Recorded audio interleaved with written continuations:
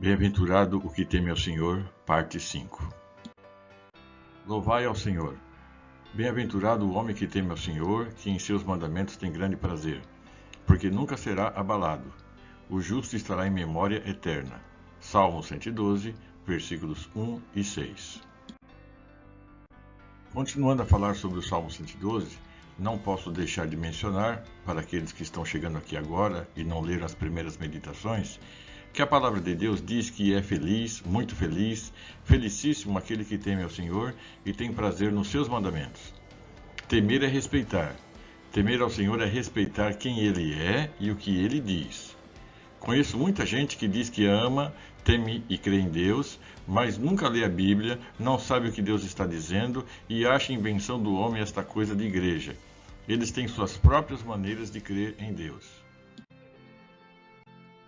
Concordo que tem muita igreja por aí que se perdeu. São dirigidas por pessoas que também perderam a visão de Deus e usam aquele local e grupo de pessoas que se reúnem ali para sua ganância e vaidade. Infelizmente, essa é uma verdade. E cada um desses hão de dar contas a Deus por usurparem dos princípios de Deus para enganar os inocentes. Mas isso não impede de que as pessoas, no geral, avaliem o que parece certo do que parece errado e tomar um caminho. Preferem se esconder atrás da desculpa de que está tudo errado. A palavra de Deus já fala sobre os tempos em que as pessoas fariam isso. Se Deus avisou sobre isso, o que mais ele disse? Eu preciso saber, não é mesmo? Pois bem, continuando, o Salmo 112, no seu versículo 6, diz que o justo nunca será abalado. Confesso que já parei nesse texto e fiquei chocado sem saber como me definir.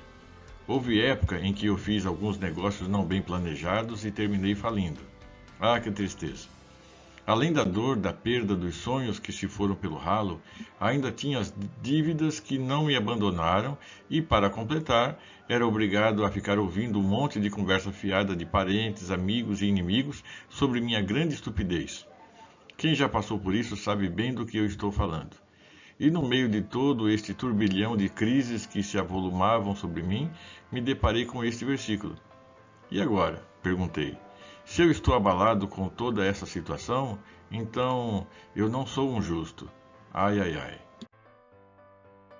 Sabe, a palavra de Deus tem a capacidade de entrar lá no mais profundo de nossa alma, extrair os desejos, sentimentos, pensamentos, conceitos e tantas outras coisas que estão bem escondidinhos, até de nós mesmos, e trazer à tona para reavaliarmos toda a nossa vida. Foi nesse momento que tive que aprender mais algumas coisas primordiais para a minha sobrevivência. Primeiro, que meu conceito de justo era diferente do conceito de justo de Deus. Os meus muitos anos de vivência dentro da igreja e prática de tudo aquilo que eu aprendera e ensinara não me tornava mais justo do que aquele que acabara de aceitar Jesus como seu Senhor e Salvador. O justo não é por tempo de casa, mas por mérito. E aí veio a segunda lição. O mérito não é por nossos feitos ou palavras. O mérito é unicamente pelo que Jesus fez. Eu, na verdade, não tenho mérito algum diante de Deus. Sou apenas um pecador. Mas quando aceito Jesus como meu Senhor e Salvador, Deus olha para mim através de Jesus. O mérito é dele que pagou o preço da reconciliação lá na cruz. Eu sou considerado justo quando Jesus pagou o preço do meu pecado e diz para Deus: Pai, a dívida do devaneio está paga. Ele está justificado. Dá para entender isso? Eu demorei para entender. A terceira lição estava ligada à palavra abalado. É claro que eu estava tremendamente abalado com a crise que enfrentava. Estava perdido e sem saber que direção tomar. Parecia que qualquer atitude ia só piorar as coisas. Não tinha quem pudesse ou se interessasse em me ajudar. Esposa e filhos esperavam uma solução de mim. Eu estava acuado, sem forças para fazer nada. Enfim, estava abalado. E a palavra de Deus dizendo que o justo nunca é abalado. Que coisa! Mas essa agora. Foi então que aprendi que essa palavra abalado não tem nada a ver com a palavra errar ou cair. O texto não diz que o justo nunca errará ou que o justo nunca vai cair. Só diz que ele nunca será abalado. Sabe, meu irmão e minha irmã, Imagino que você deva ter feito algumas coisas erradas na vida, das quais se arrepende e se sentiu tremendamente envergonhado. Mas a grande questão é: o que importa não é onde caímos ou onde erramos, mas sim o que vamos fazer a partir dali. É esse o segredo do abalado. Todos nessa vida erram e caem. A Bíblia não esconde os erros e pecados dos grandes homens e mulheres de Deus. Mas a diferença é que depois do erro, da queda, do pecado, a atitude deles mostrou que eles não foram abalados. Eles se levantaram, pediram perdão a Deus, foram atrás de quem prejudicaram para os reparar e tocaram a vida mais sábios e mais fortes. Temos que olhar para trás, para nossos erros e não ficarmos presos neles como se fossem bolas de ferro amarradas em nossos calcanhares. Não, nada disso.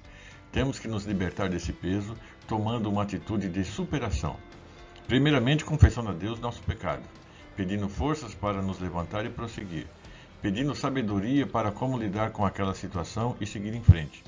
É a única maneira de não sermos abalados. O versículo conclui dizendo que o justo estará em memória eterna. Sabe o que marca as pessoas? Não é tanto os atos de bondade para com a humanidade, mas são os atos de superação. Mais do que aqueles que vão levar comida aos moradores de rua, que é um gesto nobre e digno de louvor, o que mais marca as pessoas são aqueles que perderam tudo e talvez até tenham ido parar nas ruas, mas que conseguiram superar e estão ajudando os outros. Isto marca as pessoas. Isto é uma prova que, por maior que tenha sido a crise, aquela pessoa não foi abalada. Ela caiu, mas se apegou a Deus e venceu. Vamos pensar no que tem sido a nossa vida e como podemos superar as crises e, como diz o povo, dar uma volta por cima? Amém? Tenha um dia abençoado e até a próxima. Devanir Caetano da Silva, pastor da Igreja Restauração em Cristo.